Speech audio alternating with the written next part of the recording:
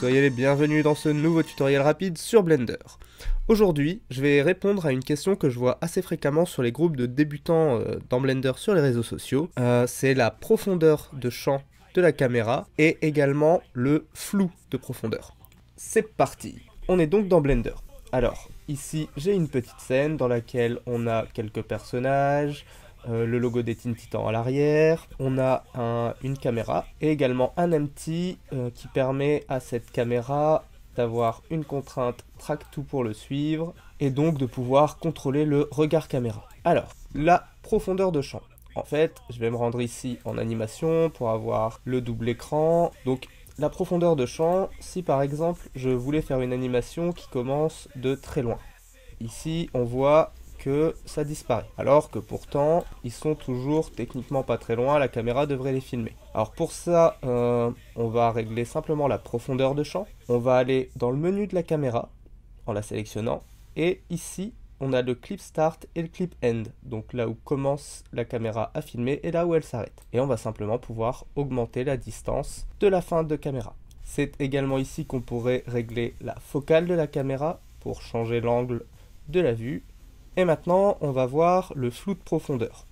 Ici, on va venir activer l'option Depth of Field. Et là, qu'est-ce qu'on peut constater? Que tout devient flou sur notre caméra. Alors, pour régler ça, on pourrait s'occuper ici de la distance. C'est la distance à laquelle la caméra va faire du flou, mais c'est pas très contrôlable. Du coup, on peut faire le focus sur un objet. Alors si on voulait faire le focus, admettons, sur le Teen Titan à l'arrière, hop, je pourrais aller chercher une des lettres, et voilà. Ici, on constate que les personnages sont flous à l'avant, et qu'à l'arrière, c'est tout à fait correct. Pour régler la distance à laquelle le flou s'appliquera de l'objet sélectionné, ce n'est plus ici en focus distance, mais en f-stop que ça va se passer. Si on augmente le f-stop, on augmente la distance à laquelle la netteté apparaît.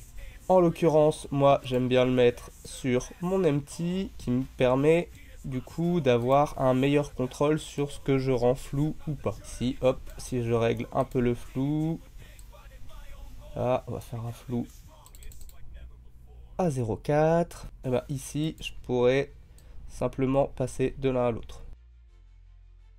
Et voilà! C'est aussi simple que ça, et c'est tout pour aujourd'hui. Alors j'espère que cette vidéo vous aura été utile. Si c'est le cas, n'oubliez pas de vous abonner, de la liker et de la partager. Sur ce, moi je vous dis à la semaine prochaine pour un nouveau tuto sur la fabrique d'univers.